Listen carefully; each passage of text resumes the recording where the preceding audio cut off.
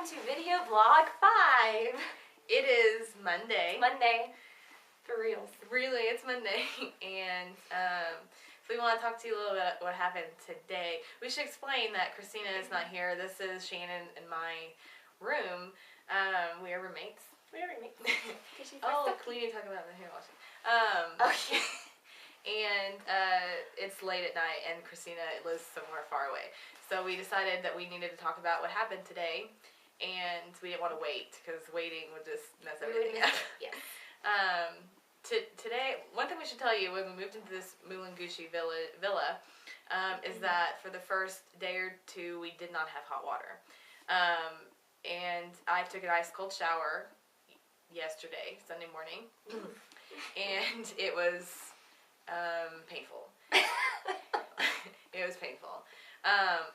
And so, in order to not have to do that again, but still needing to keep our hair clean, we kind of resorted to sink The kitchen showers. sink. The kitchen sink has hot water. The kitchen sink has hot water. We could not quite figure that out, but so this morning I got up early and started to wash my hair, and luckily a girl in our villa, Kaylin, came along and helped me. And I was still asleep. I was really impressed, and so when Shannon woke up, I said, "Would you like me to wash your hair?" And I did. She washed my hair. I sat there This is and my Stucky. I washed her hair for her, and I tried not to get in her eyes. It felt and really I good. Massaged it in and poured the water It was over it. I only great. scalded her one time. Scalded a little bit. I'm okay. I just lost a patch of hair. Okay. Just FYI, we have since found out we now have hot water. We figured that out, and Either scalding hot or freezing cold. So you rinse in transition to freezing cold to scalding hot. and that is shower talk. Shower talk. Moving on. Today was the first day of camp, and this morning, actually, before we went to camp, we did a tour of some community schools in Lusaka. Do you want to talk about that? Sure.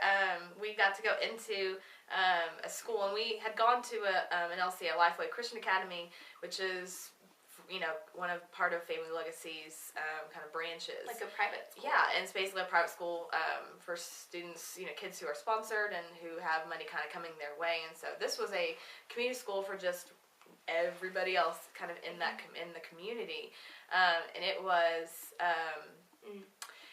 It was very sad. It's basically one long kind of L-shaped room that was divided into two parts. Dirt ground, cinder block walls, no insulation, no heating, air conditioning. And really, as far as teaching materials, they had a chalkboard on there with some English lessons on there, I was noticing. And then they had part of an alphabet going around the top. Really, I think on the side we spent most of our time on, they had about 5 or 6 of the 26 letters of the alphabet still up there.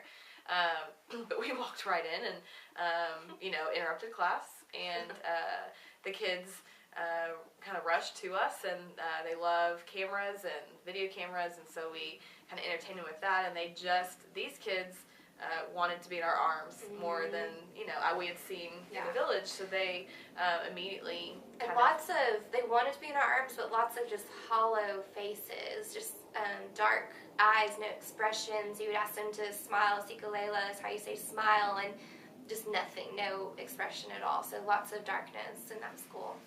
Yeah, it was very kind of sad to see the conditions, and they'd actually had a fire there recently, where a car had caught on fire and then caught the top part of the school on fire. So it kind of had an ashy look to it, and kind of had ruined what already poor conditions they had. One cool thing is that we brought with us a bag of school supplies. And normally kids in America aren't really excited about school supplies, but when one of our Americans was pulling out the paper and the markers, and they were, oh my goodness, and going kind of crazy over that, and just super excited to have supplies that they would have to share amongst them, but it was better than what they had. One thing we should mention also is that the former president of Zambia passed away in the last couple days, and so they were actually having his funeral today. It was kind of really interesting to see, and all weekend we had seen mourners kind of at where his body was being kept, but today was actually a holiday because of his funeral today, and so a lot of the kids weren't even in the school. There was a lot of kids, probably 30 or 40 kids for that tiny little area at least, and they told us that a lot of the kids were missing because they were staying home. A lot of the businesses were closed today.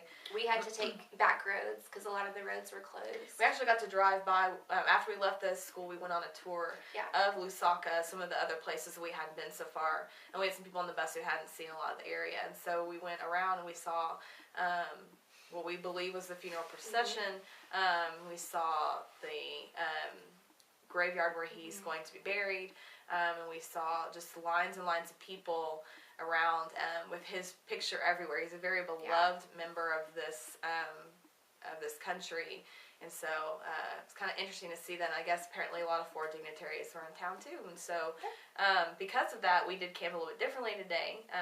It was the first day of camp. It should be nice and exciting and joyful, and it was joyful and it was exciting, but we kept it kind of mellow, just out of respect of the neighboring communities, and especially when we knew the time when they were having the funeral and lowering him into the grave and stuff. We wanted to be real respectful of that.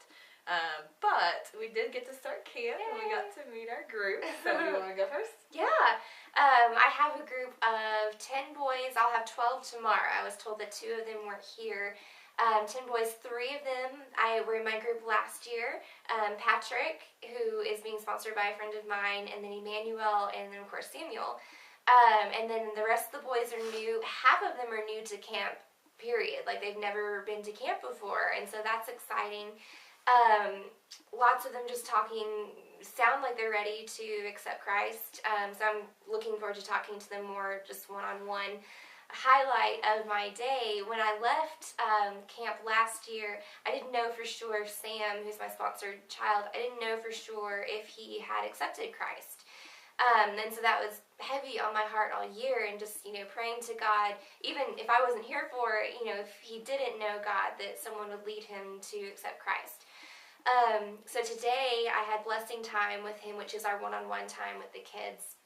And in our blessing time, just started asking him a lot of questions and unpacking some stuff. And he said that last year when he thought he had accepted Christ, it was just because everyone else was doing it.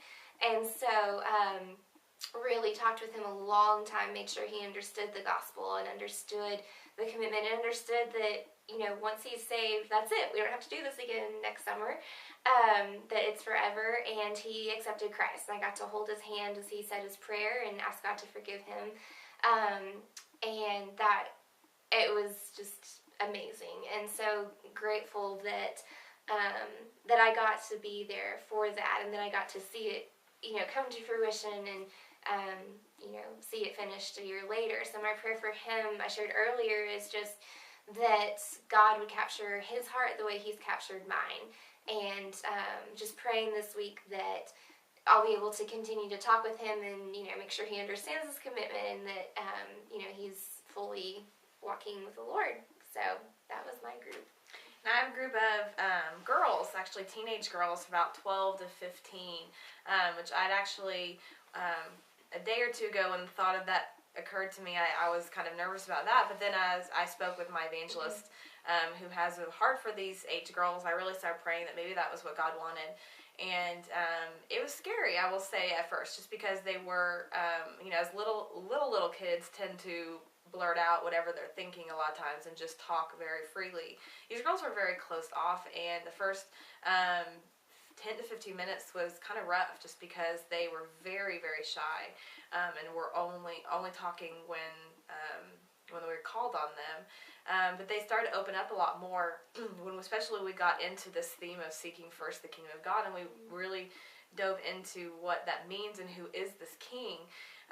And from that, we kind of looked at the characteristics of this king, and that brought me to our Evangelique, which maybe I'll show you sometime, which is basically it's this little block that opens up almost like a toy, and I brought them in real close to me, and they were fascinated by it, and we walked through what God had done for them by sending Jesus to die, and then how he rose from the dead, and how we can go from darkness to light. And that's something they really understand. My apostle and my evangelist both really stressed that. I heard them say it many a times, the darkness to the light. because darkness is so prevalent here, a different darkness than we have in America. We went through all that, and then they started really get into it, and they repeated things. And I started my blessing times, and I had blessing times with 2 girls today, Agnes and Sandra, both very, very shy girls. And Agnes, I had a great time talking to her. And at the end of the time, asked her, if she'd ever had a relationship with Jesus, and she said no. And asked her if she wanted to. She said absolutely. And so we prayed right there to accept Christ. Same thing with Sandra, although Sandra was giving lots of one-word answers about how life was great. Nothing bothers her. Everything's fine in her house, even though she lives in a one-room house with my mom, dad, 5 brothers, 2 sisters, and they only eat 1 time a day. She seemed, no, it's fine.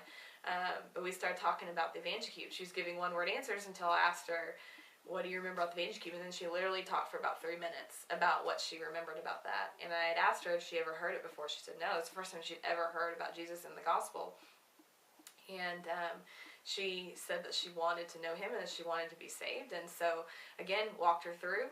She accepted Christ. And immediately after that, words flowed out about how her family was constantly under attack from the witch doctors and witchcraft that they have in the village. And so it's almost like she was free now to speak what was going on and recognize maybe more that was an issue. And so really just good. And we came back, and my kids were quoting scriptures, and it was time to leave, and all of a sudden they were hugging me and waving goodbye to me. And so I'm excited to spend 4 more days with them, and excited to see what God's going to do through us. Yeah.